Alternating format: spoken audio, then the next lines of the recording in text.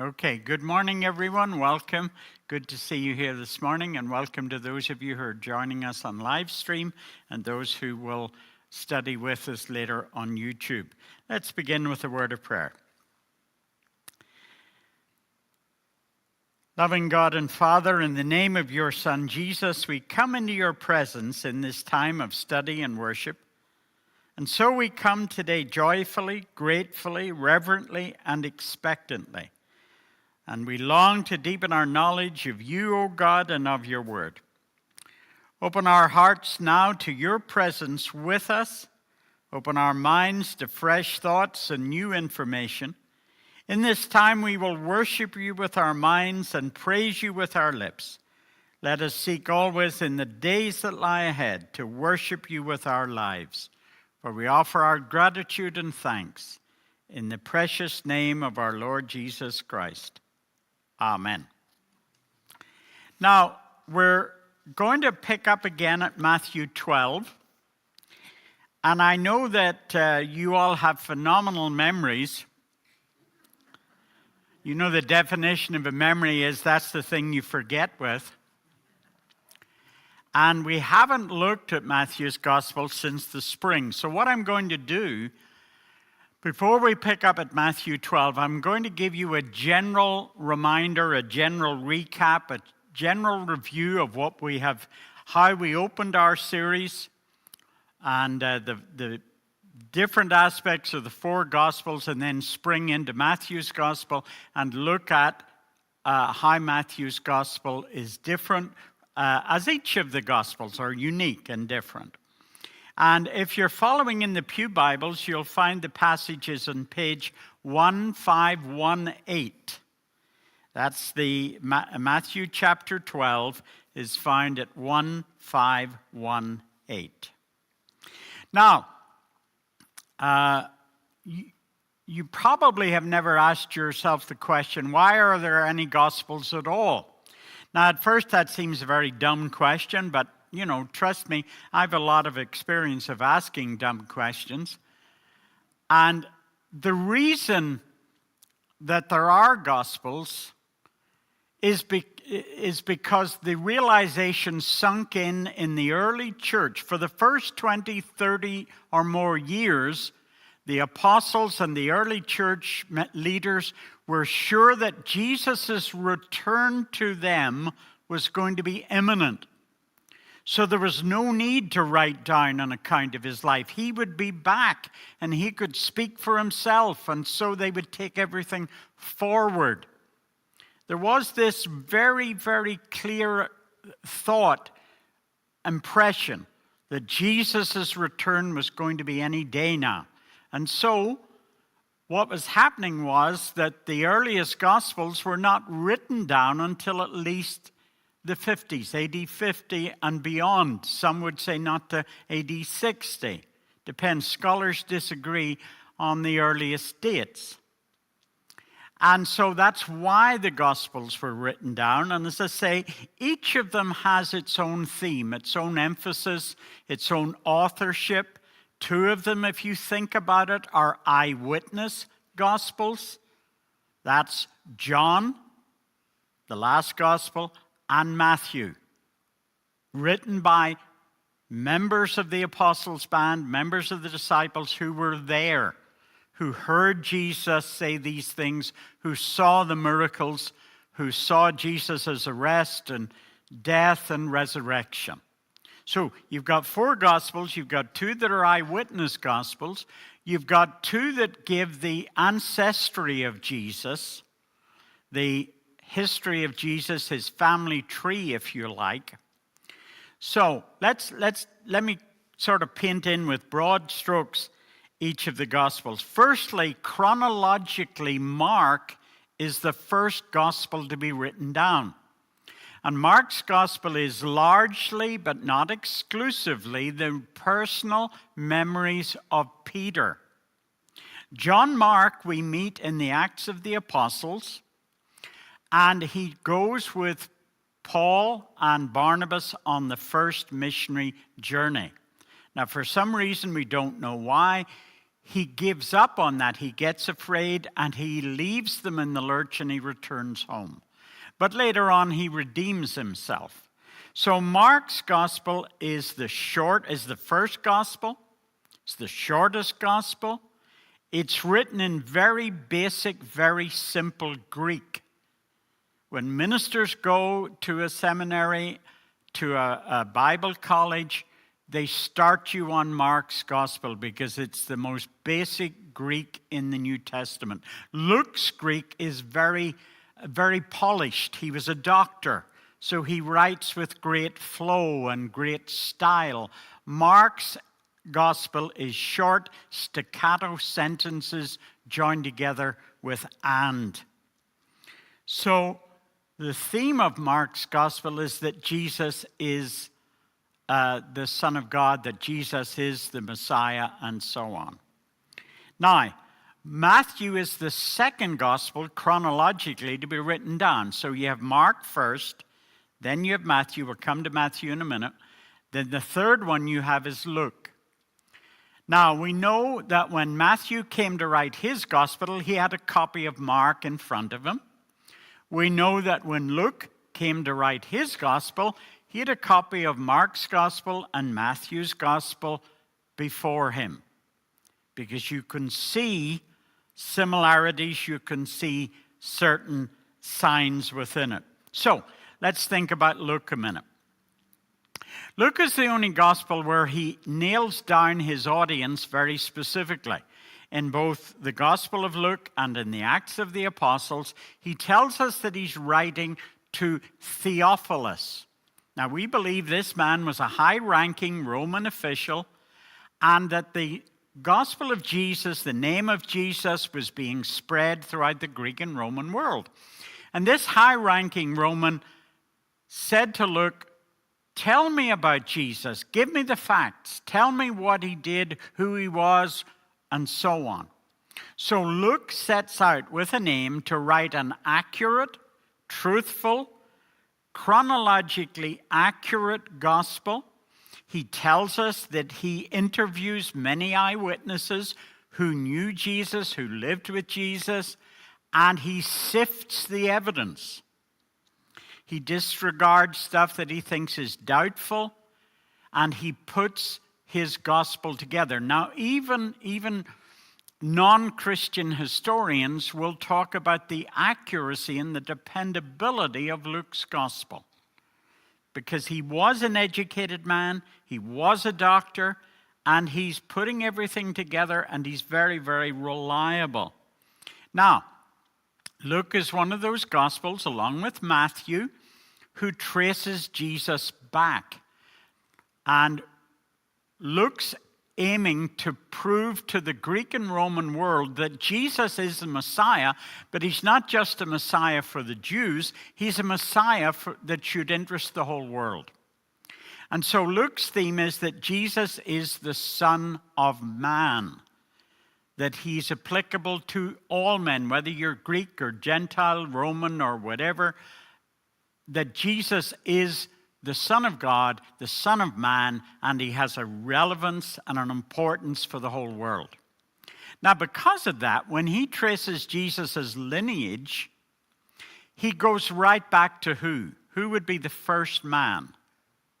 Adam. So he traces Jesus, if you look at the opening of Luke's gospel, he traces Jesus all the way back to Adam.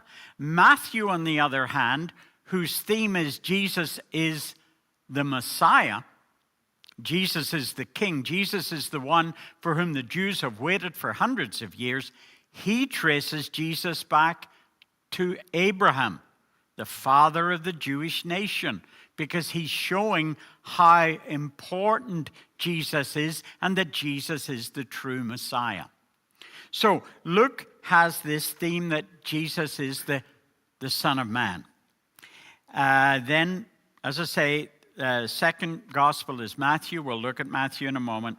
And then finally, the fourth gospel, and that's John. Now, there's quite a gap between the first three and then John being written down.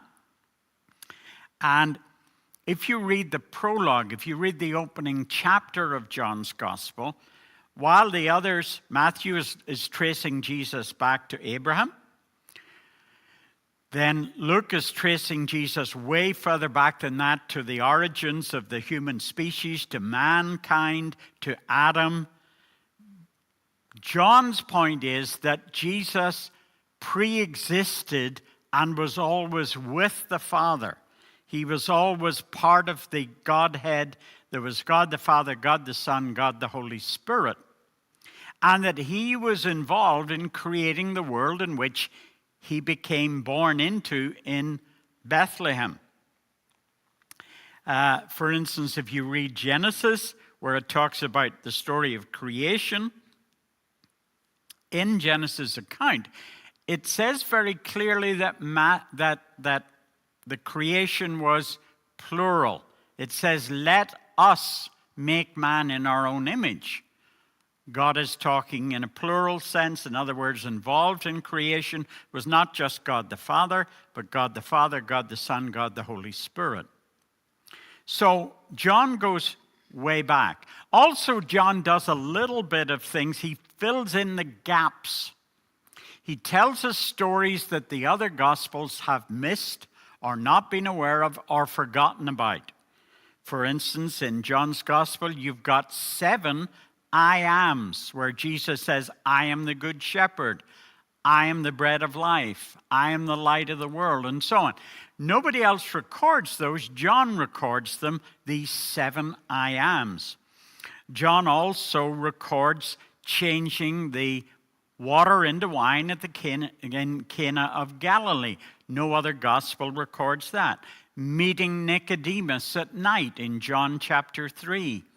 Meeting the woman at the well of Sychar. Again, that's a specific and exclusive to John's gospel. Healing the man in Jerusalem at the Bethesda, the pool of Bethesda, where the man says, the man is lying there with all these disabled and crippled people, and the belief is when the water bubbles up, whoever can get into the water first will be cured.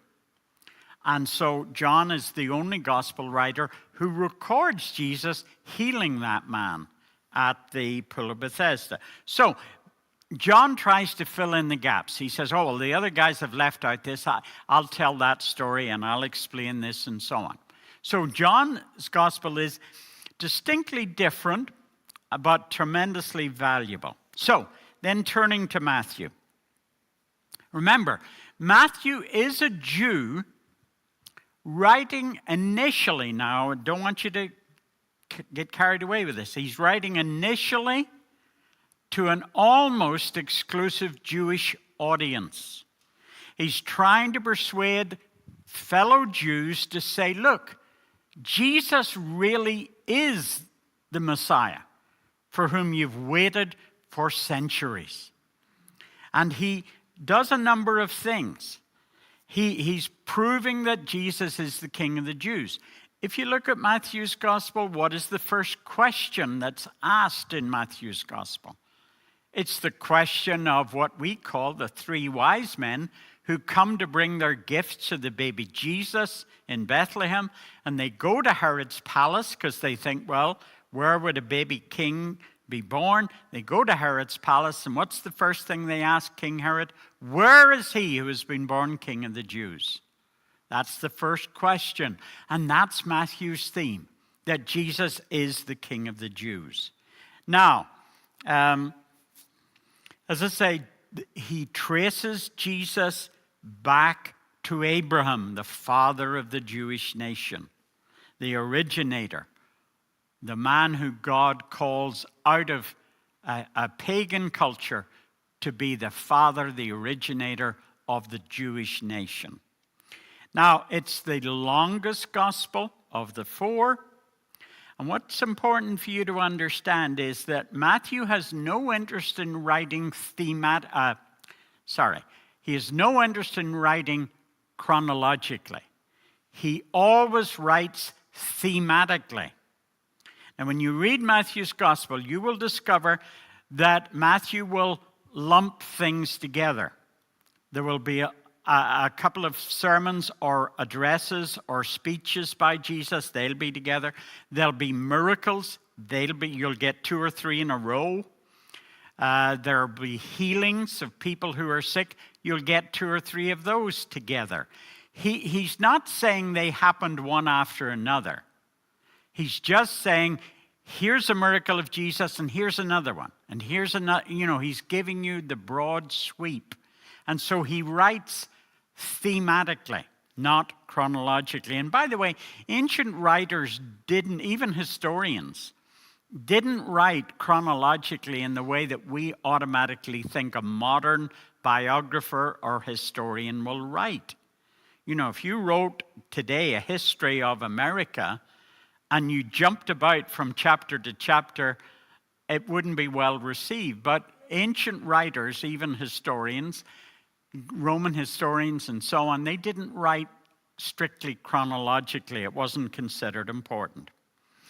Now, Matthew gives us a number of things, and because he's saying, hey, this is the Messiah, he links in what happens to Jesus and shows that it fulfills the prophecy that the Old Testament prophecies had been given about Jesus, about the birth of Jesus. Now, why do I say he was an eyewitness? Because if you turn to Matthew 9, you don't need to do that now. If you turn to Matthew 9, you find Jesus recruiting Matthew, who then was called Levi, and bringing him into the band of the disciples. And so from Matthew 9 onwards, he's seeing everything through his own eyes. Now, the other thing that you recognize with Matthew is he never expands or explains any Jewish customs, festivals, or anything. He doesn't need to, because he's writing initially to a Jewish audience, and they know exactly. When he mentions the Feast of the Passover, they know exactly what it is. When he mentions certain customs and practices, as they are Jews, they know exactly what it is. If you were writing to an American friend who was, say, in France or Germany, and you might in your letter say, we had a wonderful time over the 4th weekend, you wouldn't need to write any more. They would say, well, 4th of July, oh, I bet they had fireworks, I bet they had a cookout, I bet they had a parade and all this kind of thing. You wouldn't need to say anything more than that. An American would pick it up and get exactly what you're saying. If you were writing to a German friend or a French friend, you'd have to say, well, that's our national ceremony, that's our celebration of the founding of America, and we always have this and we always have that. You'd have to expand on it, explain it. Matthew doesn't do that because he knows the people who are reading his gospel, they know the things that he's referring to. Now, we're going to turn now, with that sort of rather rushed explanation, we're going to turn to Matthew 12. And this is really, Matthew 12 is really a turning point in Jesus' confrontation with the Jewish leaders. They have come to him before, they have criticized him before, and they have been beaten before. Here's the thing, that these religious leaders, firstly, they were arrogant. Secondly, they were spiritually arrogant. They viewed Jesus as unqualified, someone who was poorly educated, just a village school education, someone who had no formal training as a rabbi. And when they first come to Jesus, their attitude is, we can run rings around this guy. What does he know? We have all this teaching, we have all this knowledge, we've sat at the feet of all these great rabbis in the past, we know all the answers. Sometimes you get ministers like that. And they think, well, this will be easy. We can just destroy anything that this guy says. Well, of course, they kept getting wrong-footed by Jesus. Jesus would give them answers they couldn't answer, they couldn't disagree with, they couldn't argue with. He ran rings around them. And so Matthew 12 is a pivotal point where they crank up the opposition in various ways. We're going to see that. Now, they come to the conclusion at this point that they must get rid of Jesus. And so they justify it to themselves, not to anyone else, not to God, not to us. They justify it by saying, well, what is one heretic? What is the life of one heretic, one false teacher, one spiritual wizard compared to the health and future of the whole nation of Israel? And they viewed that Jesus was dangerous theologically. They viewed that Jesus was dangerous politically. Remember, think about it. They were an occupied nation. The Romans occupied their land. Now, the Romans were in some ways, don't overthink this, but the Romans in some ways were quite liberal in some things when they took over a country. They kept all the structure of that country in place. They kept the religious life of that country. They said, you can worship any of these gods that you've been worshiping. The one thing that the Romans would fight you on is there must not be any trouble. There mustn't be any riots. There mustn't be any attacks upon the Roman soldiers, because if there is, they will come in hard. They will execute a whole village of people as a lesson. You don't mess with the Romans. So they come in and they leave an awful lot of the Jewish life, most of 99% of the Jewish life, in the hands of the Jewish leaders. They don't impose Roman customs and practices and things on the Jews. They let them go their way. They let them do their thing. And so the religious leaders are saying, now look, if you upset the Romans, they will come down hard on us. And Jesus is a danger. He's a man who could rock the boat very easily. So they were concerned about him being a theological problem as well as a political problem. And the other thing about it was that if you look, the Romans invaded Palestine about BC 63, under the Roman general Pompey, who was their Dwight D. Eisenhower of the Roman era. And he had conquered the whole country, and he had left them with this structure, with this practice, and so on. But they viewed Jesus as being a threat to this. And from that time, Palestine was always a powder keg. There was always trouble. There were always Jewish nationalists who would say, well, if we can kill enough Roman soldiers, they will get fed up and go home. They will leave us in peace, and we will be back to controlling our own country. Now, that was naive in lots of ways. They didn't know the Romans, because the harder you went at the Romans, the harder they came back at you. If you killed 10 of them, they would kill 100 of you. That was the way they viewed it. You will learn the lesson. And that's what these leaders. Now, what they begin to attack Jesus on, and remember, you're at that page 1518, isn't it? If you're following in the Pew Bibles. They begin to attack Jesus about the Sabbath. And we'll see this as we go along, but God had very simple views on the Sabbath and had given very simple laws about the Sabbath, how they were to celebrate. Because God originally, when he gave the law to Moses, it was intended to be a blessing to the people. Remember, you're talking about a people, a country, as many countries were at that time. You worked from dawn to dusk. No matter what job you were in, it was a full day's work, and you worked 6 days a week. So the only day you had off was the Sabbath.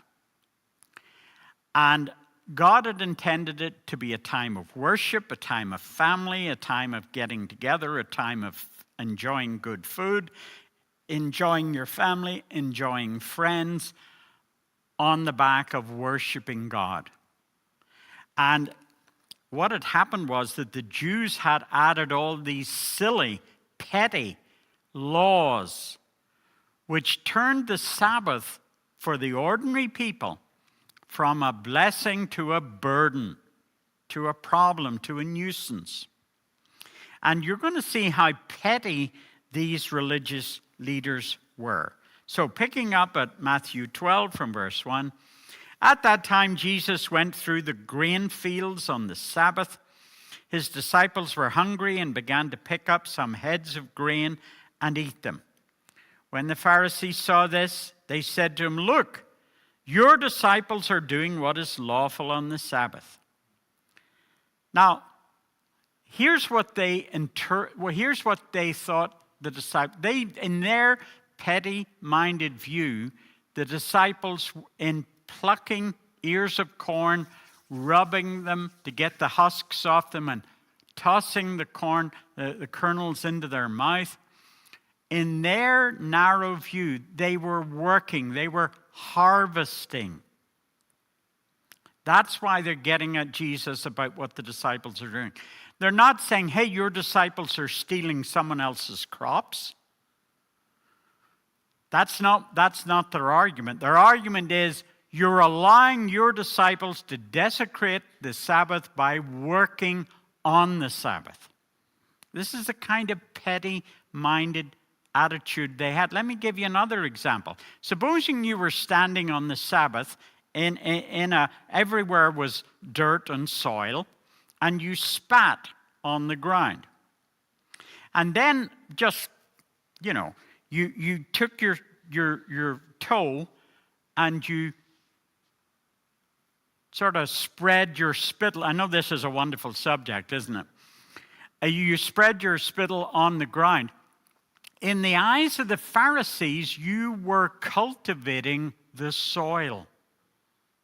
So do you get the point of where they are on this? They're taking something which is just ordinary and commonplace and means nothing at all, and they're saying, you're cultivating the soil, you're desecrating the Sabbath, you're working on the Sabbath.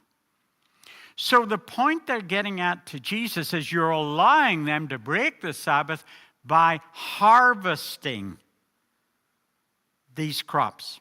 Now remember, as I say, they're not saying, and by the way, they're not their crops to harvest. They're not saying, hey, you're allowing your disciples to steal some farmer's stuff. That's not what they're saying.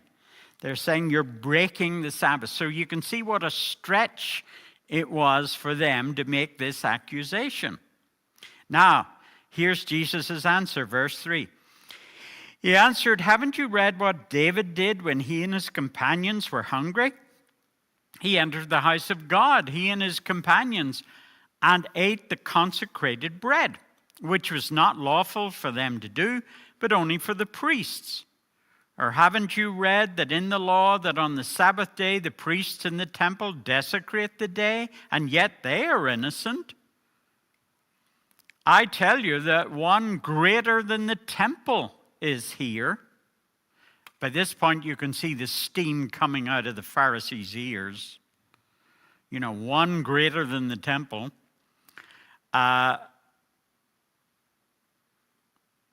are we? 7. If you had known what these words mean, I desire mercy, not sacrifice, you would not condemn the innocent, for the Son of Man is the Lord of the Sabbath. Now, let's just pick it up at that point. This is what they're accusing Jesus' disciples of working on the Sabbath. Now, where did all these rules and regulations that they had added to God's simple instructions come from? If you look back in Jewish history, you discover that a lot of the rules and regulations were added when they came back from exile in Babylon. The Jew, if you read Daniel chapter 1, you have an eyewitness account of the Babylonians coming and conquering Jerusalem, taking Daniel and thousands of others back in chains to Babylon to be slaves and so on. And when they come back, when they're allowed to return to their native land about 400 BC, 440 BC, that's when they added all these rules and regulations. Now, they held the Sabbath to be so important, so sacred, so significant, that several times the Romans discovered that if you were going to have a real battle, not a skirmish, but a real battle against the Roman army, the Jewish army, for instance, under General Pompey, way back in 60, 63 BC, they quickly discovered that if you were a Roman, you would schedule the battle for the Sabbath, for the Saturday, because the Jewish army wouldn't fight. And you would defeat them. They wouldn't go to battle on the Sabbath.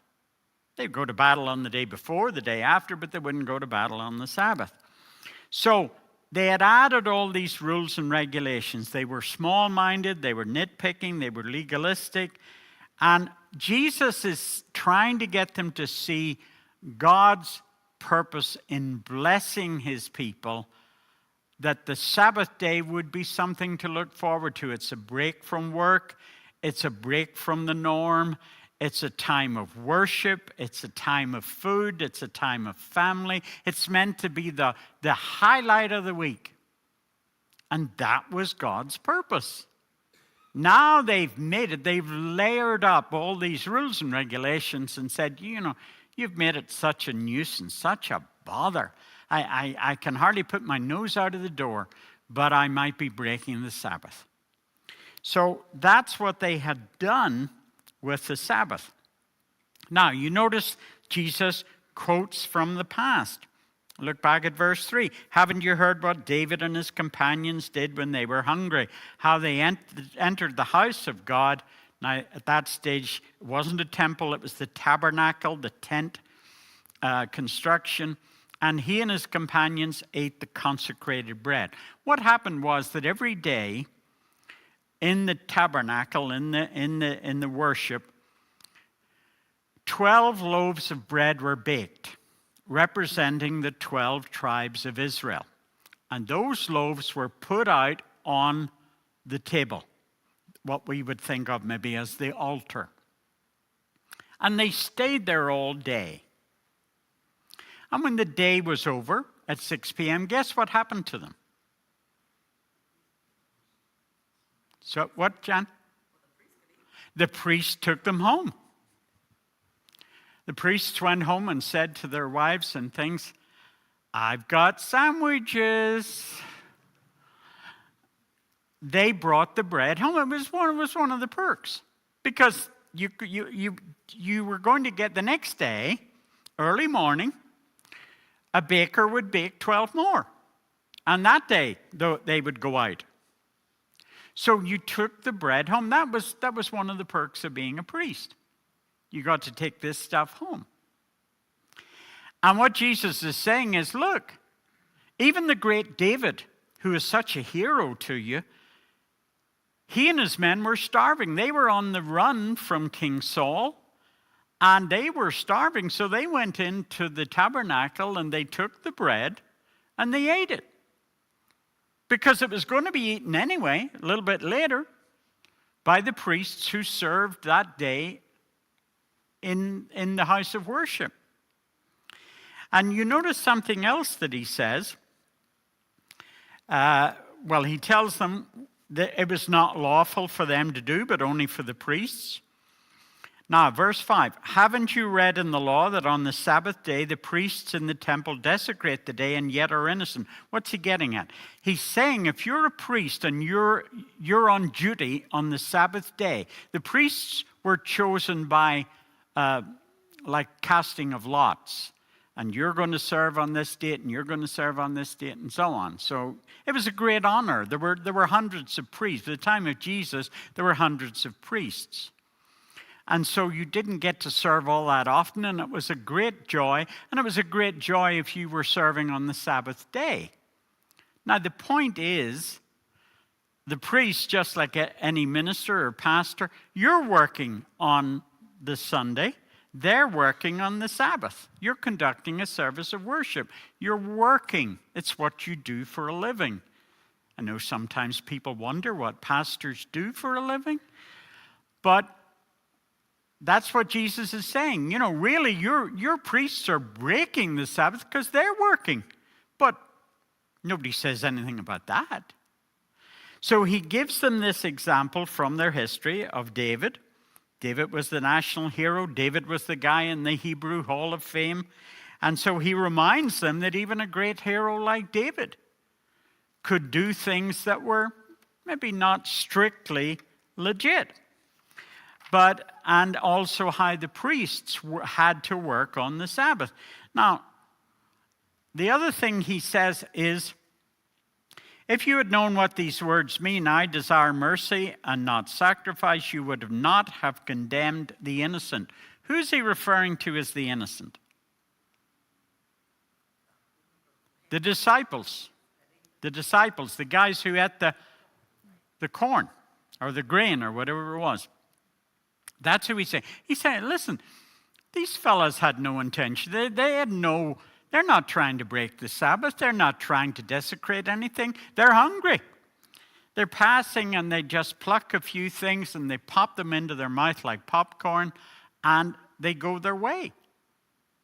They're not saying, hey, let's take a big chunk of this crop that's growing, dig it up, and we'll keep it. They're not doing that. Jesus says they're entirely innocent. It never enters their head that anyone's going to interpret this as working on the Sabbath. So the disciples were equally innocent. He's using the point that the two other characters, David and his men, were equally innocent. Now,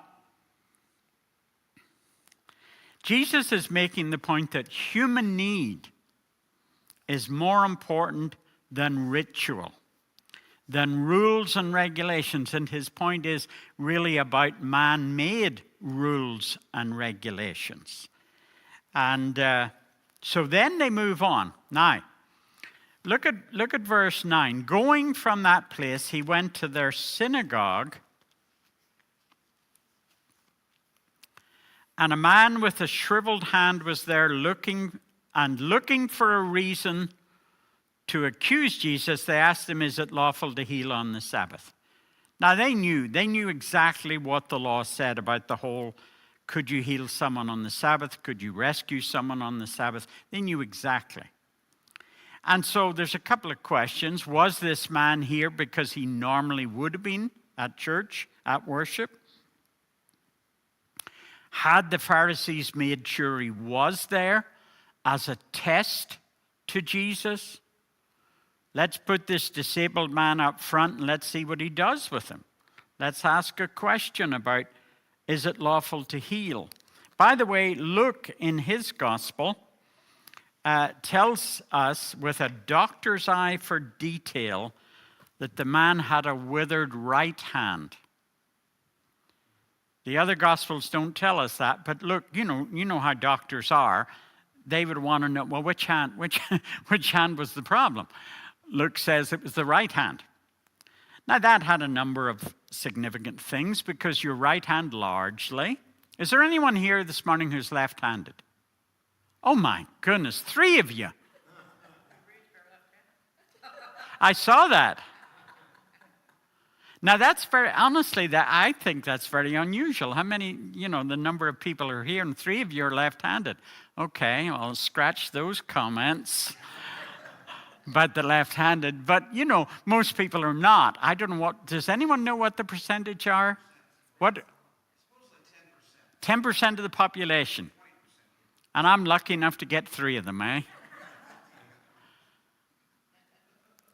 The point is that for 90% of the people, are going to be right-handed. And if you're right-handed and you, as a man, you have a withered right hand, you can't work. You're not going to be able to carry on your trade. And so you're left with no alternative but to do very manual labor, which you can do maybe with your left hand. You might be able to work on a farm a little bit, or you're left to begging, or you're left with no alternative but charity, or what a family member can help you, or a brother or somebody like that can help you. So here's a man whose condition made his day-to-day life extremely difficult. Now, as far as the Pharisees are concerned, they just look at it, he's just a case study. You know, it's like putting him on a slide and sliding it under a microscope. They don't look out, this is a poor man who's struggling in life because of a disabled right hand. They just look on him as a case study. And so, let's pick up at verse 11. Jesus says, he said to them, if any of you have a sheep and it falls into a pit on the Sabbath, will you not take hold of it and lift it out? How much more valuable is a man than a sheep? Therefore it is lawful to do good on the Sabbath. Now, the law did allow the rescue of animals or emergency situations to be taken care of on the Sabbath. Because if you left it to when the Sabbath was over, the animal may well be dead. Or if it's stuck out, trapped out on a ledge over a high place, unless you can go and lift it and bring it in, it may panic and fall over the edge, and you've lost a valuable animal. So Jesus knows exactly what their rules and regulations say.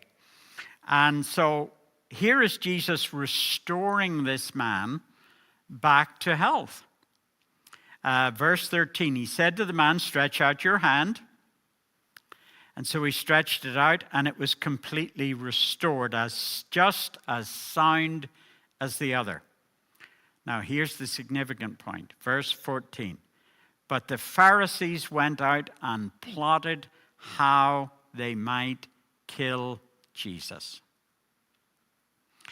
If you were going to bring a case against the Pharisees, and you said to them, you know, I'm not a legal expert, but you know how on warrants and on charges, courtroom charges, you have like the principal charge first and then the lesser charges and so on. So if you said to them, why did you kill Jesus? It would be fair to say, now remember, there's other things in addition to this, but it would be fair to say because he desecrated the Sabbath. They would probably hold their hands up to that and say, yes, that's why we did away with him. Now, you've got to add on those other things, that he's a troublemaker, he's taking people in the wrong direction, he can be a political liability and so on. But you could essentially say the first charge, he desecrated the Sabbath. And at that, they're saying this man has to die. This man is too much of a danger, too much of a risk for us to allow him to continue. Now, I think maybe this would be a good point to stop at this point. I will say this, and I sort of expand on this next time. You notice that the Pharisees had no answer to the power of Jesus. They never disputed that he could perform miracles. What they wanted to argue about was why he performed miracles. They never once said, well, that's not a real miracle. Oh, that's a trick. Or that's a fraud. We'll look at this a little bit later at the next one. But keep that in mind. They had no answer for Jesus, but they never said, well, that's a fake. That's not a real miracle. He didn't really do that. It was a setup. It was like a magic trick. They never say that. They don't know how he can do it. They don't understand how he can do it. They don't like that he can do it, but they don't dispute his power in being able to do that. And being able to heal people, perform miracles, feed the 5,000 and the various things. Okay, anyone got any question? Now remember, I've said to you before, if you have a question, put your hand up, even if it's your left hand. I will recognize it. I'm very liberal that way. If you have a question, put up your hand at the time. Don't allow me to get 3 pages on from it. So does anyone have any questions? Anything they want to share? Anything they think is important?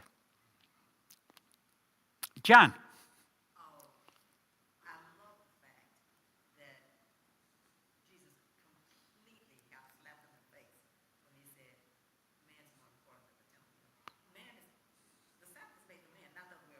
Yes. No, they hated. I mean, we'll sort of look a little bit. You know, to them the Tabbath was, the temple was the be-all and end-all. And you have to realize that the worst thing in Jewish history was the temple that Solomon had made. I mean, Solomon's temple was more, there's detailed descriptions of it, and of the fittings of it, and how much gold there was in it.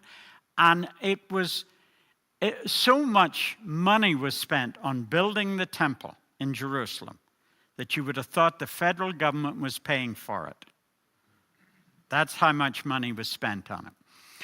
And when the Babylonians came, they destroyed and desecrated the temple, and they took the equipment out of the temple, the lavers and the bowls and all the things that were used, because they were covered in gold. And so when they come back, if you look at the restoration, if you look at the book of Nehemiah, if you look at the book of Ezra, they're all restoration stories. And Nehemiah is all about building the city, rehanging the gates, rebuilding the walls, making the city safe. And Ezra is about rebuilding the temple. Now, they made very, very slow progress, and it was never a patch on what it had been.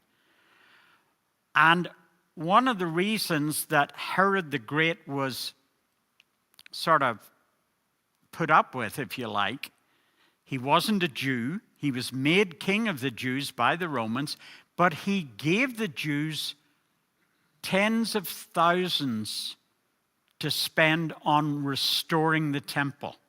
And he knew that won him a lot of points with the Jews. So even with a temple that wasn't nearly as glorious and as beautiful and as wonderful as Solomon's temple was, what they had was pretty impressive. By the way, Solomon's temple, if you look into history, Solomon's temple was one of the 7 wonders of the ancient world. People came from all over the east. For instance, the Queen of Sheba, do you remember her? Comes to meet Solomon and to see his temple. It really was on the tour of places you have to see before you die. They came to see Solomon's temple.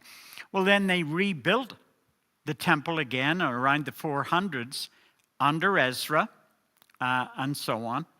And they worked on it and worked on it and worked on it. And by the way, they just finished it about 7 years before it was destroyed in AD 70 by the Romans.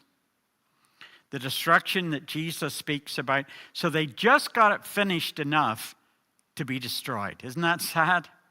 Isn't that a sad reflection? You know, they spent hundreds of years restoring it, working on it, building it, adding to it, and then it was destroyed by the Romans, having been destroyed by the Babylonians, restored, and now it's destroyed by the Romans in AD 70. So as far as they were concerned, the temple was the be-all and end-all, and the Sabbath was the thing that was theirs. There was a bit of chauvinism, if you think about it, that it was something that was never going to be shared by another nation. They were God's people. This was God's day. This was why it was important. It was the Sabbath of the Lord.